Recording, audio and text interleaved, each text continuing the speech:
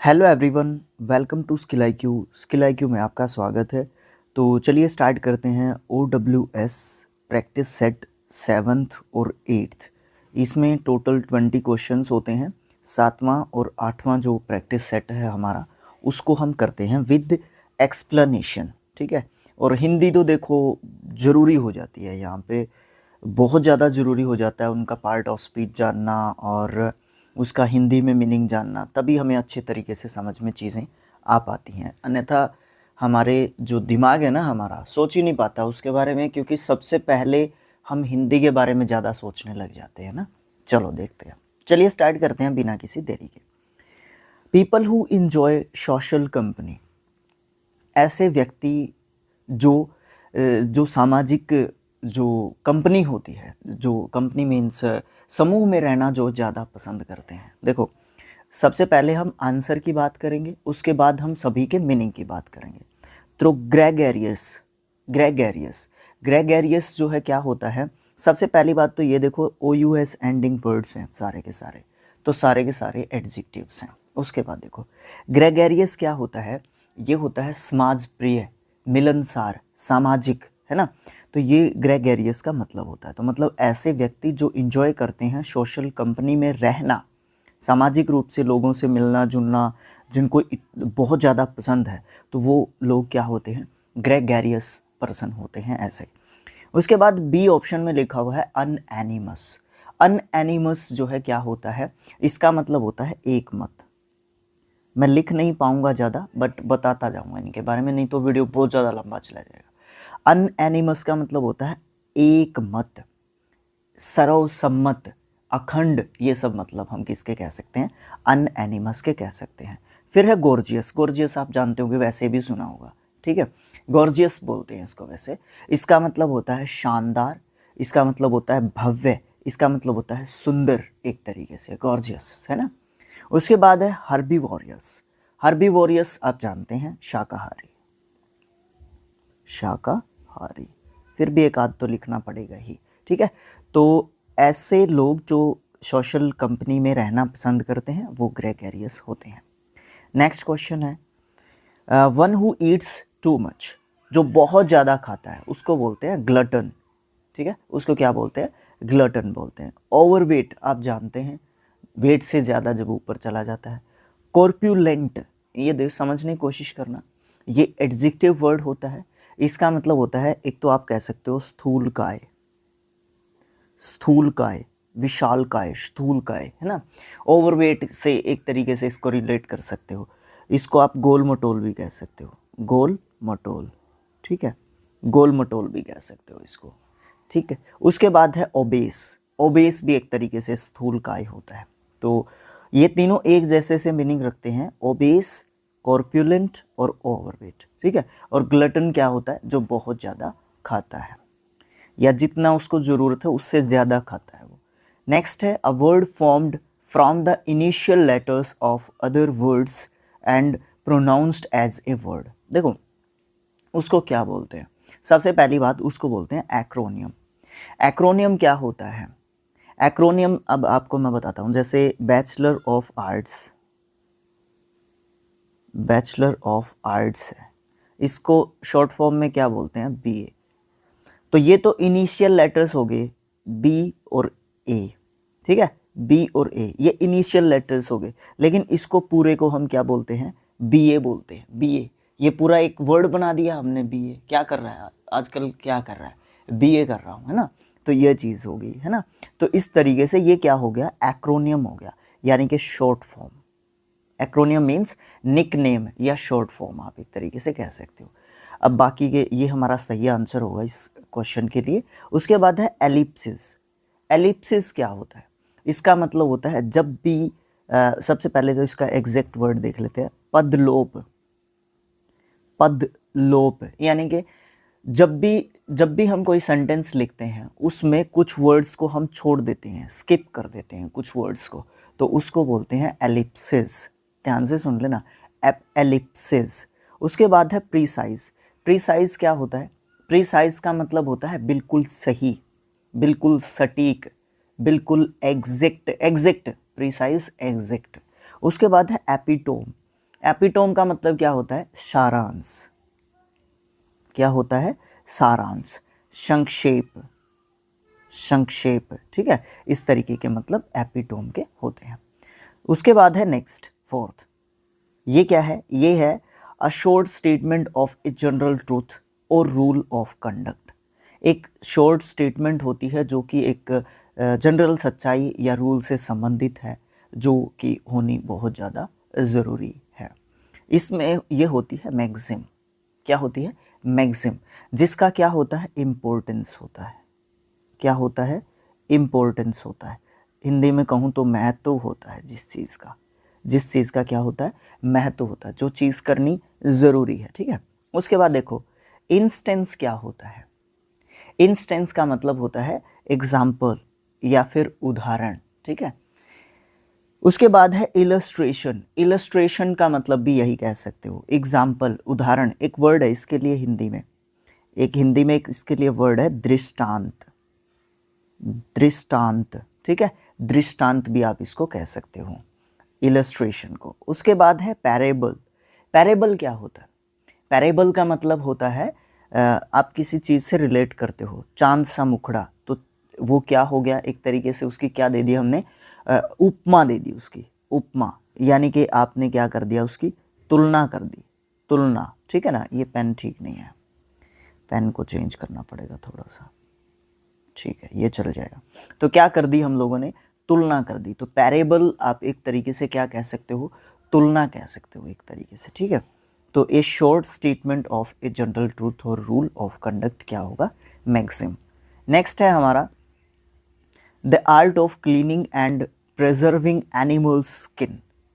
एक ऐसी आर्ट जिसमें हम क्लीन करते हैं या प्रिजर्व करते हैं एनिमल्स की स्किन को, एनिमल्स की स्किन को जिसमें हम क्या करते हैं? प्रिजर्व करते हैं।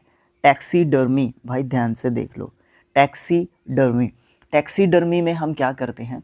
टैक्सीडर्मी में हम करते हैं वर्गीकरण, लिखा नहीं जा रहा, वर्गीकरण। क्या करते हैं? वर्गीकरण करते हैं। किसका? स्किन का। किसकी स्किन का?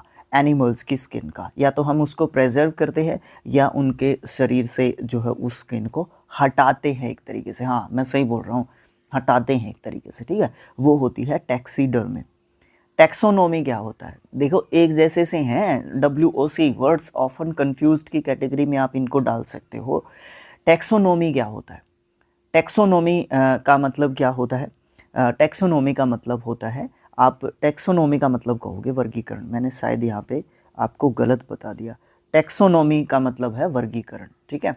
टैक्सोनॉमी होती है वर्गीकरण, जिसमें हम अलग अलग जो है करते हैं। किसका? जैसे कि मान लो धातुओं को अलग लिखते हैं, मेटल्स और नॉन मेटल्स को, कुछ एलिमेंट्स आपको दे दिए, इसमें से आप जो है छांट कर अलग लिखो। मेटल्स मान लो यहाँ लिखते हैं और नॉन मेटल्स हम यहाँ लिखते हैं, तो ये हमने क्या कर दिया? क्लासिफिकेशन। हाँ, टैक्सोनॉमी मीन्स क्लासिफिकेशन, आप जो है इसको कह सकते हो, ठीक है। टैक्सीडर्मी क्या होता है फिर, जो इसका आंसर है? टैक्सीडर्मी का मतलब होता है यहाँ पे, हाँ सही बात आई, मैंने सोचा कि स्किन से रिलेटेड वर्गीकरण तो नहीं हो सकता। हाँ, गलत हो गया था, वो बिल्कुल गलत हो गया था भाई, आई एडमिट माई मिस्टेक। यहाँ पे टैक्सीडर्मी का मतलब होगा चरम प्रसाधन। प्रसाधन, अब ये समझ में नहीं आया होगा, है ना। तो ये इसी का मतलब है, या तो एनिमल्स की स्किन को प्रिजर्व करना या फिर एनिमल्स की स्किन को उनके शरीर से अलग करना या हटाना, ठीक है। चरम प्रसाधन या चरम संस्कार भी बोल देते हैं। चरम संस्कार, चरम मीन्स स्किन, है ना, चमड़ा। उसके बाद नेक्स्ट है आइटमोलॉजी। आइटमोलॉजी जो है क्या होता है? शब्द उत्पत्ति। क्या होता है? शब्द उत्पत्ति। शब्द उत्पत्ति का मतलब क्या होता है? फॉर्मेशन ऑफ वर्ड्स, वर्ड्स कैसे बने, है ना। हिस्ट्री ऑफ वर्ड्स, आप ये भी कह सकते हो, हिस्ट्री ऑफ वर्ड्स, यानी कि शब्दों का जो इतिहास है वो क्या है, किस तरीके से है, उसके बारे में हम जब जानते हैं, उसकी जब स्टडी करते हैं तो हम आइटमोलॉजी के तहत करते हैं। उसके बाद क्या है? डर्मेटोलॉजी। डर्मेटोलॉजी में हम किसकी स्टडी करते हैं? हम इनकी चर्म रोगों की स्टडी करते हैं। किसकी स्टडी करते हैं? चर्म रोगों की, यानी कि जो भी स्किन से संबंधित जो रोग होते हैं, ठीक है, उनकी स्टडी करते हैं या उनके बारे में हम क्या करते हैं, जानते हैं। तो दोबारा से फिर से बता देते हैं क्योंकि इसमें थोड़ा सा गलती हो गया था। The art of cleaning and preserving animal skin, उसको बोलते हैं टैक्सीडर्मी। टैक्सीडर्मी का मतलब क्या होगा, चर्म प्रसाधन, जिसमें हम जो एनिमल्स की स्किन्स होती है उसके बारे में हम थोड़ी सी जानकारी प्राप्त करते हैं। उसके बाद नेक्स्ट जो क्वेश्चन है वो 6th है, वो है one who makes and sells sweets and pastries. जो सेल करता है या बनाता है पेस्ट्रीज़ को, उसको क्या कहते हैं, उसको हम क्या कहते हैं, उसको जो है हम कहते हैं कन्फेक्शनर। कन्फेक्शनर, हलवाई बोल लो इसको आप, कन्फेक्शनर मिठाई बेचने वाला, ठीक है। कबलर आप जानते हैं, बार्बर आप जानते हैं, ग्रोसर भी आप जानते हैं। उसके बाद नेक्स्ट है a person who is skilled at writing beautifully, उसको बोलते हैं कैलियोग्राफर। कैलियोग्राफर जिसकी लिखाई अच्छी होती है, और वो चीज़ या वो स्किल जिसके तहत कैलियोग्राफर करता है ये चीज़, वो होती है कैलियोग्राफी, PHY, कैलियोग्राफी, ठीक है। दोनों नाउन वर्ड्स होते हैं। पेंटर आपको पता है, आर्टिस्ट आपको पता है, कार्टूनिस्ट भी आपको पता है। उसके बाद नेक्स्ट है हमारा the statistical study of the population. Statistical study, statistical सांख्यिकी, स्टैटिस्टिकल होता है सांख्यिकी, ठीक है, सांख्यिकी। तो स्टैटिस्टिकल स्टडी ऑफ किसकी, पॉपुलेशन की, जनसंख्या की, जो सांख्यिकी के अनुसार जो जनसंख्या है उसके बारे में जानकारी प्राप्त करना, डेमोग्राफी। और डेमोग्राफर इस प्रोसेस को कंप्लीट करता है। सोशियोलॉजी आप जानते हैं, फिजियोलॉजी आप जानते हैं, साइकोलॉजी आप जानते हैं, और एंथ्रोपोलॉजी क्या होता है, एंथ्रोपोलॉजी होता है मानव इतिहास। क्या होता है, मानव इतिहास, एंथ्रोपोलॉजी होता है, ठीक है। उसके बाद नेक्स्ट है place for collection of dried plants and specimens. एक ऐसा प्लेस जहाँ पे कलेक्शन किया जाता है ड्राइड प्लांट्स स्पाइसिमेंट्स का, उस प्लेस को क्या कहते हैं, उस प्लेस को कहते हैं हर्बेरियम। क्या कहते हैं उस प्लेस को, हर्बेरियम कहते हैं। हर्बेरियम का मतलब क्या होता है, जो वनस्पति होती हैं, वनस्पतियों का संग्रह, जहाँ पे हम वनस्पतियों का कलेक्शन करते हैं, ठीक है। उसके बाद ग्रीन हाउस आपको पता है, नर्सरी आपको पता है, वेयर हाउस जो है क्या होते हैं, वेयर हाउस होते हैं हमारे गोदाम, ठीक है। गोदामों को हम क्या कहते हैं, वेयर हाउसेज कहते हैं, जहाँ पे स्टोरेज की जाती है फूड आइटम्स की कह लो, या फिर अनाज की एक तरीके से कह लो, ठीक है। ईटेबल या एडिबल जो क्रॉप्स होती हैं, जैसे गेहूँ वगैरह, ये सब चीज़ें जो स्टोर की जाती है वो वेयर हाउसेज में की जाती है। A group of stars found close together, वो क्या होता है हमारा, वो कॉन्स्टेलेशन होता है। कॉन्स्टेलेशन का मतलब क्या होता है, कॉन्स्टेलेशन का मतलब होता है भाई साहब, कॉन्स्टेलेशन का मतलब होता है तारों का जो झुंड होता है, या फिर तारों का जो क्या होता है, समूह होता है, उसको क्या कहते हैं, कॉन्स्टेलेशन कहते हैं। उसके बाद आता है जो, ये हमारा सही ऑप्शन होगा, राइट आंसर होगा। उसके बाद कॉन्कोक्शन, देखो स्पेलिंग भी थोड़ा सा ध्यान रखने का है। कॉन्कोक्शन, कॉन्कोक्शन, CONCOCTION, कॉन्कोक्शन, इसका मतलब होता है पाचन क्रिया। क्या होता है इसका मतलब, पाचन क्रिया। उसके बाद है हमारा कॉन्फेडरेशन। कॉन्फेडरेशन, कॉन्फेडरेशन का मतलब होता है अग्निकांड, अग्निकांड, ठीक है। कॉन्फेडरेशन का मतलब होता है अग्निकांड। उसके बाद है कॉन्फ्लैग्रेशन। कॉन्फ्लैग्रेशन, इसका मतलब होता है संगठन। क्या होता है, संगठन, संगठन, ठीक है। इसका मतलब क्या होता है, संगठन। यहाँ पे है ये वाला लगा लो, संगठन, ठीक है, संगठन कह सकते हो कॉन्फ्लैग्रेशन का मतलब, ठीक है। तो सबसे लास्ट में फिर रिवाइज कर लेते हैं। A group of stars found close together, उसको बोलते हैं कॉन्स्टेलेशन। इस तरीके से हमारा एक पोर्शन कंप्लीट हो जाता है। उसके बाद 8th जो हमारा बोलते हैं प्रैक्टिस सेट, उसके ऊपर आ जाते हैं। थोड़ा सा छोटा कर लेते हैं, लिखने का भी रहेगा, दिख तो जाएगा ही वैसे भी, है ना। इधर कर लेते हैं, इनको उधर कर देते हैं, ठीक है। देखो, that which can not be corrected, जिसको करेक्ट नहीं किया जा सकता, जिसको सही नहीं किया जा सकता। इनकॉरिजेबल, जिसको सही नहीं किया जा सकता। इम्प्रेजनेबल क्या होता है, इम्प्रेजनेबल होता है अभेद्य, अभेद्य लिखे बिना रहा नहीं जाता, अभेद्य जिसको भेदा नहीं जा सकता, जिसको पार नहीं किया जा सकता। इमोलेशन, इमोलेशन क्या होता है? इमोलेशन का मतलब होता है बलिदान, बलिदान, या फिर एक और कह सकते हो इसका आत्मदाह, आत्मदाह अपनी मृत्यु लेना, ठीक, सॉरी अपना जो क्या बोलते हैं उसको, अपना बलिदान दे देना, ठीक है। उसके बाद है इनएलिजिबल, इसका आप जानते हैं, इनएलिजिबल, इनएलिजिबल का मतलब क्या होता है? इसको आप कहते हो सुगम, स्पष्ट, क्लियर। नेक्स्ट है हमारा a person who is blamed for wrong doings of others, एक ऐसा पर्सन जिसको ब्लेम किया जाता है, जो भी गलत करता है दूसरों के द्वारा, मतलब जिसको ब्लेम किया जाता है बस एक तरीके से, जिसको who blamed for the wrong doings of others, दूसरों की गलती उसके सिर मढ़ दी जाती है। अब समझ गए होंगे आप। स्कैपगोट, ये क्या होता है? बलि का बकरा। अब बरसर क्या होता है? बरसर क्या होता है? इसका मतलब होता है खजांची। क्या होता है? खजांची, ठीक है, जो आय व्यय का ब्यौरा रखता है। इसको एक और कह सकते हो आप कोषाध्यक्ष, कोषाध्यक्ष जो पैसे का लेन देन करता है। फ्लैगमेटिक क्या होता है? फ्लैगमेटिक होता है धीरे धीरे जब भी कोई चीज़ होती है, मंद मंद, धीरे धीरे, स्लो स्लो, क्या होता है? Phlegmatic, phlegmatic. कैप्टर क्या होता है?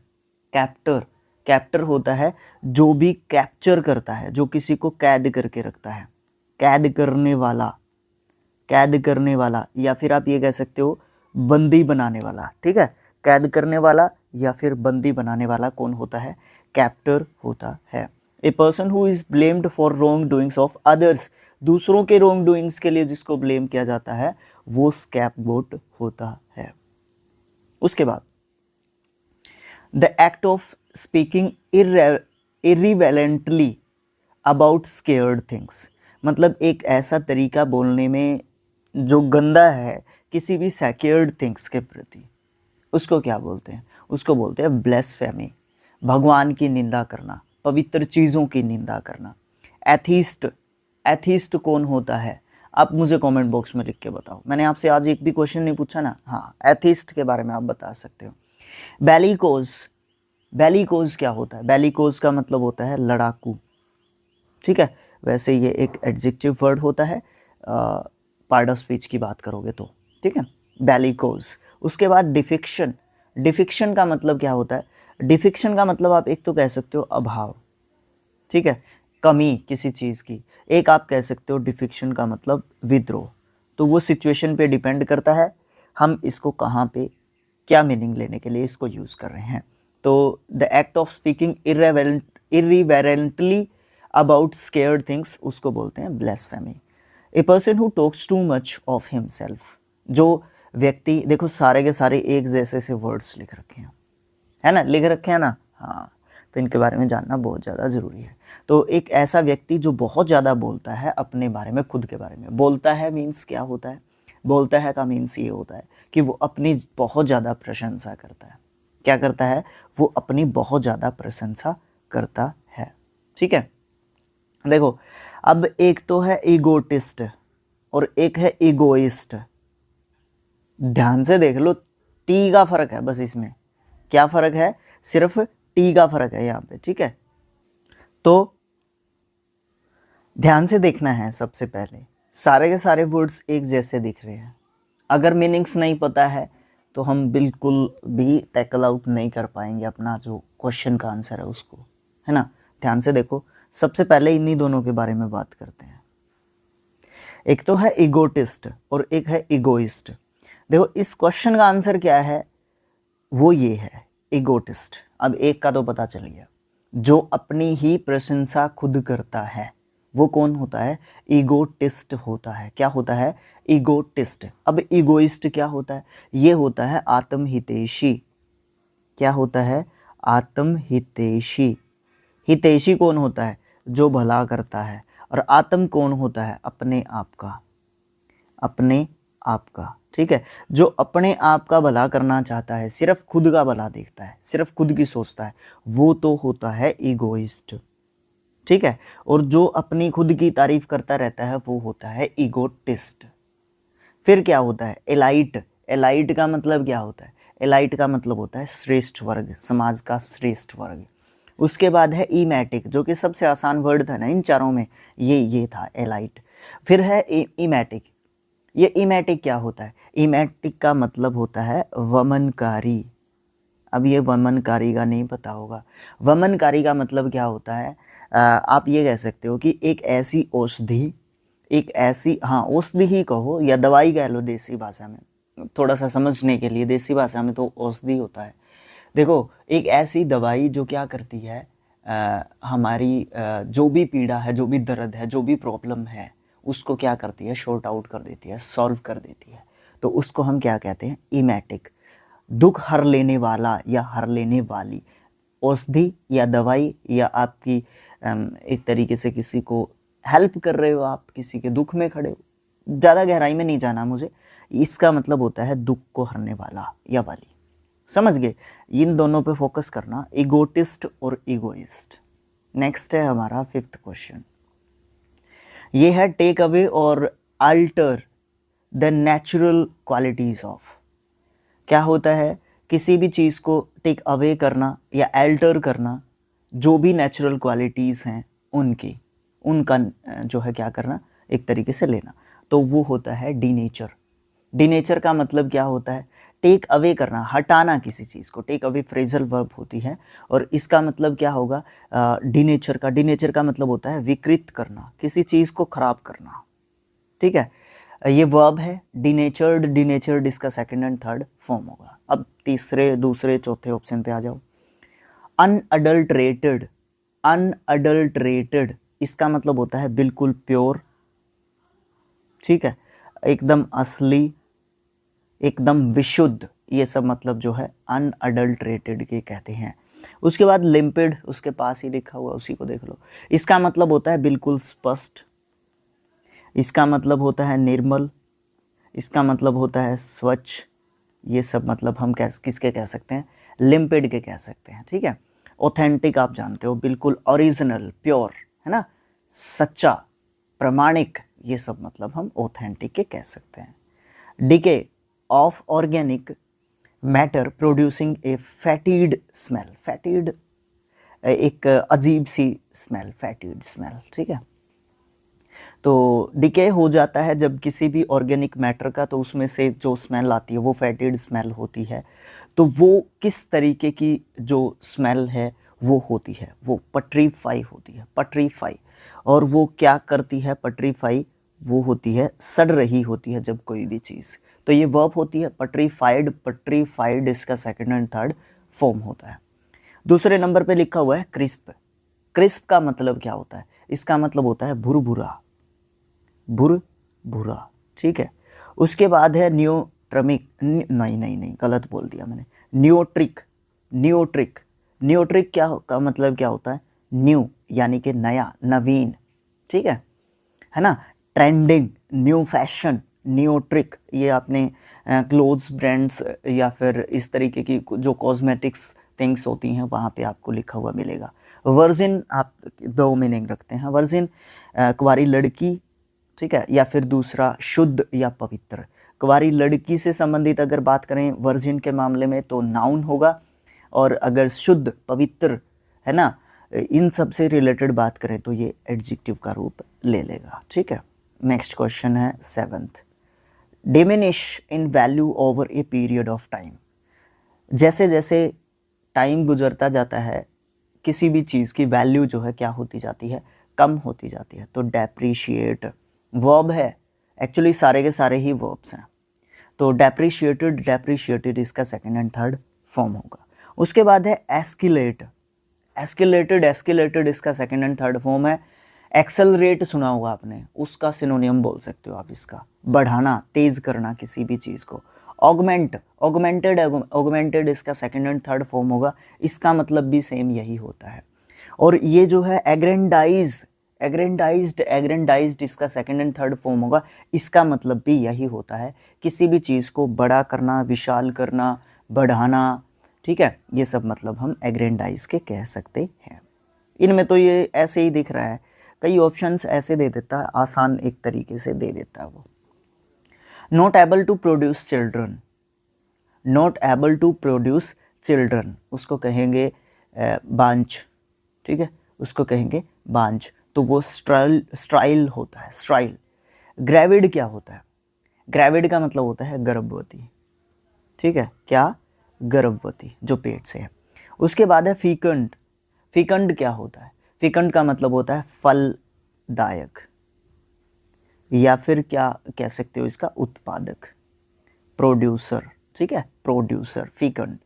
हीबैटिक, हीबैटिक क्या होता है मुझे कमेंट बॉक्स में लिख के बताओ, हीबैटिक, ठीक है, हीबैटिक का मतलब क्या होता है कमेंट बॉक्स में लिख के बताओ, ठीक है। दूसरा क्वेश्चन है आज का। उसके बाद वैसे टेस्ट है, मुझे पूरा बताना चाहिए, बट मुझे ऐसा लगता है कि आपको भी कुछ बताना चाहिए थोड़ा बहुत, तो वो इसलिए कि कमेंट बॉक्स खाली रहता है ना, ज़रूरी है। ए फनरल पोइम, फनरल का मतलब क्या होता है? जब भी किसी बॉडी का अंतिम संस्कार कर रहे होते हैं तो उस समय पे एक फनरल जो है शोक गीत, जिसको आप हिंदी में कहोगे, वो जो है एक तरीके से होता है फनरल पोइम, वो एलिगी होता है, शोक गीत। पैरोडी क्या होता है ना? पैरोडी का मतलब होता है नकल, या आप इसका कह सकते हो अनुकरण, ठीक है। पैंडेमोनियम क्या होता है? पैंडेमोनियम का मतलब होता है कोलाहल, कोलाहल, शोरगुल कह रो, शोरगुल, ठीक है, शोरगुल एक तरीके से पैंडेमोनियम। नहीं, कहाँ पे गया, न्यूमेस्मेटिक्स नहीं, ये तो 10th का है। सोनेट, सोनेट क्या होता है? सोनेट का मतलब होता है ऐसी पोइम्स जो 14 लाइंस में हो, सोनेट, ठीक है। ये मैंने न्यूमेस्मेटिक्स नीचे वाला पढ़ लिया था, पूरी स्क्रीन भरी पड़ी थी ना। सोनेट मतलब जिसमें 14 लाइंस की जो पोइम हो उसको सोनेट कहते हैं, ठीक है। तो एलिगी एक फनरल पोइम होती है। आज का लास्ट क्वेश्चन है, one who walks in sleep, उसको सोमनैम्बुलिस्ट बोलते हैं। क्या क्या बोलते हैं? सोमनैम्बुलिस्ट। ड्रोवर क्या होता है? ड्रोवर, ड्रोवर का मतलब होता है गोचारक कह सकते हो आप इसको, ठीक है, गवाला कह सकते हो आप इसको, ठीक है, और चरवाहा भी कह सकते हो इसको आप, ठीक है, चरवाहा, ड्रोवर हो गया। उसके बाद न्यूमेस्मेटिस्ट, न्यूमेस्मेटिस्ट आप जानते हैं न्यूमेस्मेटिस्ट के बारे में, मुद्रा शास्त्री, मुद्रा शास्त्री जो पैसे से संबंधित होता है, ठीक है। उसके बाद है फेस्टिडियस, फेस्टिडियस क्या होता है? नाजुक मिजाज, नाजुक मिजाज, ठीक है, जिसका मिजाज थोड़ा सा नाजुक सा ही हो। तो आज के लिए इतना ही काफ़ी है। आज काफ़ी समय लगा, अराउंड 28.5 मिनट्स जो है लगे इन 20 क्वेश्चंस में, ठीक है। अब आप देख लो कि एक एक वर्ड का मीनिंग वो करना, मैंने आपके ऊपर 2 वर्ड्स छोड़े हैं, सिर्फ 2 वर्ड्स मैंने आपके ऊपर छोड़े हैं, बाकी सारे वर्ड्स अब आप ये देख लो 20 × 4 80 वर्ड्स में से सिर्फ 2 वर्ड्स छोड़े हैं। 78 वर्ड्स के बारे में हमने इस वीडियो में जाना है, ठीक है। और बहुत सारे अबाउट 40 वर्ड्स तो ऐसे होंगे जिनके मीनिंग्स ऐसे हैं कि ईजिली याद नहीं रहते। ये बिटर ट्रूथ है, आप एक्सेप्ट करेंगे कि नहीं करेंगे मुझे नहीं पता, मैं इसको एक्सेप्ट करता हूँ कि अबाउट 40 वर्ड्स ऐसे हैं, 40+ वर्ड्स आज के वीडियो में ऐसे रहे हैं कि जिनके मीनिंग ईजिली याद नहीं रहते, ठीक है। बहुत कम चांसेस हैं, या फिर आप ऐसे वर्ड्स, उनको मैं ऐसे वर्ड्स की कैटेगरी में डालूंगा, आप ऑप्शंस से तो टैकल कर सकते हो, बट विदाउट ऑप्शंस आप टैकल नहीं कर पाएंगे, ठीक है। ऐसा कुछ देखने को मिल सकता है हमें। तो आप मेरे एफर्ट्स को किस प्रकार से जज करते हो वो आपके ऊपर डिपेंड करता है, बाकी सब चीज़ें आपके ऊपर डिपेंड करती हैं, है ना। तो ये 4th पार्ट था, किसके लिए? जो हमारे क्या बोलते हैं उनको, टेस्ट जो चल रहे हैं इसमें, उसके लिए, ठीक है। उसके बाद ईडियम्स एंड फ्रेजेस हम जो है यहाँ पे शुरू करेंगे, और उसमें ना 100 जो है ईडियम्स एंड फ्रेजेस लेंगे एक पार्ट में, बजाय कि 50 के, ठीक है, क्योंकि वो जल्दी हो जाएंगे फिर, नहीं तो हमारा ये बुक कंप्लीट होने को नहीं होगा। तो thanks for watching, thank you so much, मिलेंगे नेक्स्ट पार्ट में।